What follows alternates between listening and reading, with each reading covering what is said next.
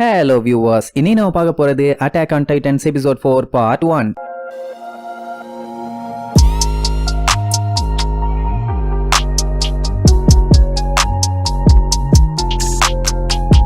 Open பண்ணா போன episode நம்மால பெல்ட்டை கரெக்டா மாட்டி பேலன்ஸ் பண்ணி சாதிச்சிட்டான்ல. அடுத்த 2 வருஷத்துக்கு அப்புறம் காட்டுறாங்க அந்த அன்னைக்கு சரியான மழை. அப்பவுமே அந்த மொட்டை பைய விடாம பிராக்டிஸ் கொடுத்துட்டு இருக்கான். அந்த டைம் அந்த அர்மின் பயலால சுத்தமா முடியல, அப்படியே முக்கிட்டு கிடப்பான். மொட்டை விடுவானா தொண்டகிலேயே கத்துவான். ஆமா, இந்த வேகத்துல இவன் ஓடிட்டு இருந்தானா டைட்டன்ஸ் எப்பவோ புடிச்சு சாஸ் ஊத்தி சமோசாவா சாப்பிட்டு இருக்கும். சீக்கிரமா தூக்கிட்டு சட்டு புட்டுன்னு வாடான்னு சொல்லிட்டு முன்னாடி போவான். உடனே ரெய்னர் அவன் பேக வாங்கிக்குவான். அதுக்கப்புறம் அட்வைஸ் பண்ணுவான், இந்த நிலைமையில இருந்தீங்கன்னா நீ கண்டிப்பா பாஸ் ஆக மாட்டேன்னு. இதை வச்சுதான் எல்லாத்துக்குமே கிரேடு கொடுப்பாங்க, அதனால பார்த்து பத்திரமா பண்ணு, பாயிண்ட்ஸ்ல கோட்டை விட்டாதன்னு அட்வைஸ் பண்ணுவான். ஆனா இப்படி ரெய்னியர் ஹெல்ப் பண்ணானா அவனோட பாயிண்ட்ஸ் போயிடும். இத கேட்டதுக்கு என்னோட மைண்ட் மாறக்குள்ள ஒழுங்கா வந்துரு, இல்லனா திருப்பி கொடுத்துருவேன்னு சொல்லி கூட்டு போவான். ஆனா இந்த விஷயம் மொட்டைக்கு நல்லாவே தெரியும், அவன் நோட் பண்ணிட்டே தான் வர்றான். இந்த கெய்த்துக்கு தெரிஞ்ச வரைக்கும் ரெய்னியர் வந்து பிசிக்கலாவும் மென்டலாவும் ரொம்ப ஸ்ட்ராங்கான சோல்ஜர். அண்ட் எந்த ஒரு பஞ்சாயத்துனாலும் இவனை நம்பலாங்கிற மாதிரி யோசிப்பான். அப்ப அந்த அர்மீன்குள்ள ஒரு வெறி வரும், என்ன அது கொன்னா கூட பரவாயில்ல, ஆனா மத்தவங்களை விட நான் ஸ்லோவா இருக்க மாட்டேன்னு ரெய்னியர் கிட்ட பேக பண்ணிட்டு குடு குடு குடுன்னு முன்னாடி ஓட ஆரம்பிச்சிருவான். இப்ப என்னன்னா அர்மீனுக்கு பிசிக்கல் ஸ்ட்ரென்த் அந்த அளவுக்கு கிடையாது, ஆனா பையன் ஸ்டடீஸ்ல வேற லெவல். அப்படியே கட் பண்ணி இன்னொரு குரூப் பிராக்டிஸ் பண்றத காட்டுறாங்க. அவங்க அந்த டைட்டன்ஸோட கழுத்துல வெட்டுற மாதிரி தான் பிராக்டிஸ் பண்ணுவாங்க,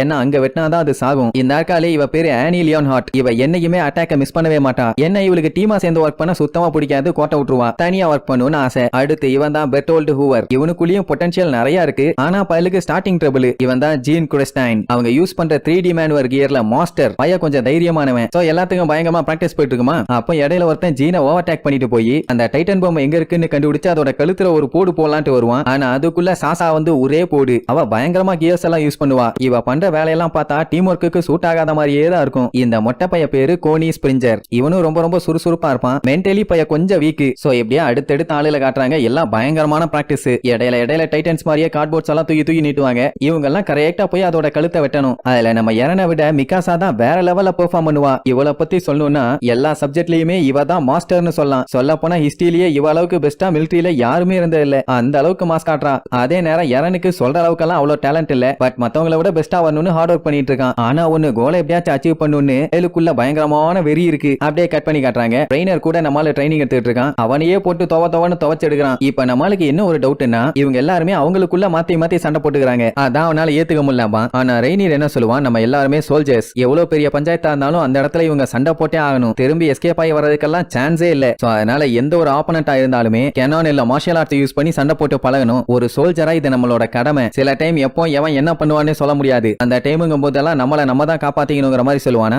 அந்த டைம் அந்த ஆனி புள்ள அந்த வழியா போவா. பார்க்கவே ஆளு ரொம்ப சோம்பேறித்தனமா சொங்கி மாதிரி போவா. உடனே ரெய்னியரே இவளுக்கு கண்டிப்பா நம்ம பாடம் சொல்லி கொடுத்தே ஆகணும், ஏன்னா ஒரு சோல்ஜர்னா எப்பவுமே கம்பீரமா இருக்கணும். ஆனா இவ இப்படி நோஞ்சா மாதிரியே சுத்திட்டு இருந்தான்னா சோல்ஜர்ஸ்க்கு அப்ப என்ன மரியாதைன்னு சொல்லிட்டு நேரா அவன் முன்னாடி போய், என்னமா இன்ஸ்ட்ரக்டர் உன் தலையில அடிக்கிறது பிடிக்கல கரெக்டா, அப்படி நடக்க கூடாதுன்னா நீ அதுக்கேத்த மாதிரி சீரியஸா ரெஸ்பான்சிபிலிட்டியோட இருக்கணும், இல்லன்னா நல்லா வாங்கி கட்டிக்குவேன்னு மூஞ்சில அடிச்ச மாதிரி சொல்லுவான். அவன் என்னடானா பயங்கரமா முறைக்க ஆரம்பிச்சிருவா. உடனே என்ன பண்ணிடுவான், பிராக்டிஸ் பண்றதுக்காக ஏறன அவ கூட சண்டைக்கு இறக்கி விட்டுருவான். சரி ரைட்டு நம்மளும் பாஞ்சு அட்டாக் பண்ண போனா கால்ல ஒரே அடி அங்கேயே புதைட்டீல்னு விழுந்துருவான். அதுக்கப்புறம் அவனால எந்திரிக்கவே முடியல. இப்ப நான் போலாமா நீ கேப்பா. அவனை படுக்க போற வரைக்கும் நீ எங்கேயும் போக கூடாதுன்னு உடனே இங்க நம்மளும் எந்திரிச்சு சண்டைக்கு ரெடி அனுப்பானா. அவ அடிப்பா ரெண்டே அடியில இறன கவுத்திடுவா. அப்புறம் அவங்கிட்ட இருந்த கத்திய புடிங்கி ரெய்னர்ட்ட கொடுத்துட்டு, இப்ப நீ என் கூட சண்டைக்கு வந்து கூப்பிடுவா. அவனுக்கே ஷாக்கு, எது நானான்னு. அப்ப இறனு, எப்பா ரெய்னரு நம்ம எல்லாம் அவளுக்கு சொல்லி கொடுக்க முடியாது, அவளையே நல்லா சொல்லி கொடுத்துட்டாமா. சரி ஒரு சோல்ஜர்னா எப்படி இருப்பாங்க என்னன்னு இப்ப அவளுக்கு நான் காட்டுறேன்னு சொல்லி அண்டைக்கு வெறித்தனமா இறங்குவான். கட் பண்ணா அடுத்த ஷாட் எரன் மாதிரியே கண்ணா பின்னாடி கிடப்பான். ஆனா அவனையும் அடிச்சு கவுத்தி போட்டுட்டு அவ பாட்டுக்கு சொங்கி மாதிரி போவா.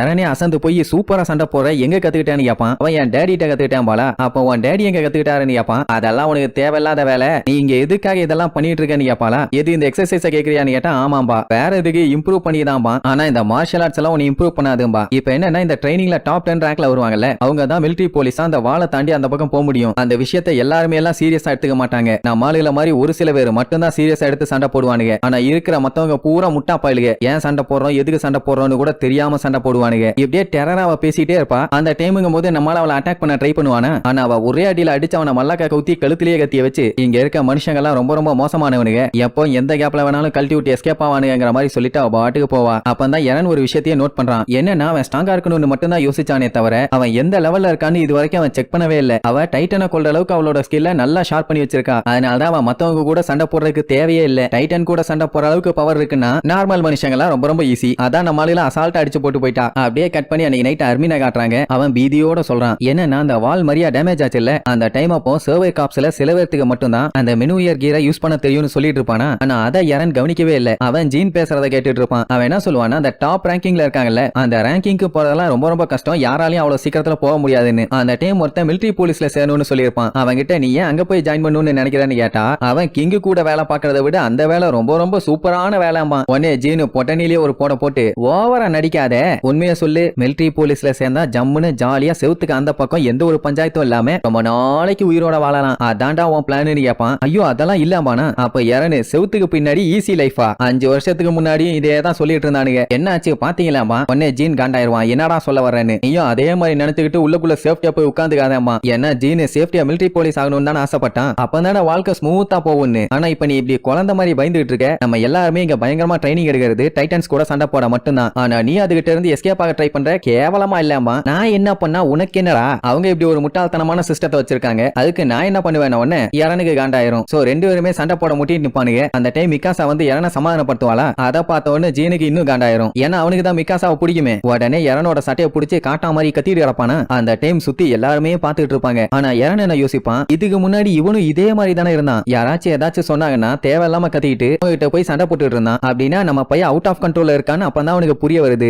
இப்ப இந்த சிச்சுவேஷனை இதுக்கு முன்னாடி இவன் முட்டாள் மாதிரி இருந்தால அப்படி இல்லாம பக்காவா ஹேண்டில் பண்ணுன்னு காலையில ஆனி யாரனை எப்படி அட்டாக் பண்ணாலோ அதே மாதிரி கேஷுவலா அவன் கைய புடிச்சு கால்ல ஒரே மிதி அப்படியே பதகட்டின்னு தெரிச்சடிச்சு விழுவான். அம்மால அப்படியே கேத்தா போஸ் கொடுப்பான். என்னடா பண்ணிட்டு இருக்க லூசு பையல? என்ன ஒண்ணு நீ நினைக்கிற விஷயம் எல்லாத்தையுமே ரியாலிட்டியில ஈஸியா பண்ணிடலாம்னு நினைச்சிட்டு இருக்கியா? அப்படி வழி இருக்கிற பாதையில கத்துக்காம எல்லாத்தையும் ஈஸியா பண்ணிட்டீங்கன்னா நீ எல்லாம் ஒரு சோல்ஜர் ஆனான்னு நாக்க புடுங்குற மாதிரி கேப்பான். அப்படியே ஒரு செகண்ட் எல்லாருமே ஸ்டன் ஆகி அவனை லுக்கு விடுவாங்க. அந்த டைம் திடீர்னு அந்த கெய்த்து மொட்டை பைய டோரை திறந்துட்டு வந்து குரு குரு குரு குருன்னு பயங்கரமா லுக்கு விடுறதோட இந்த எபிசோடுக்கு எண்டு கார்டு போட்டு முடிக்கிறாங்க.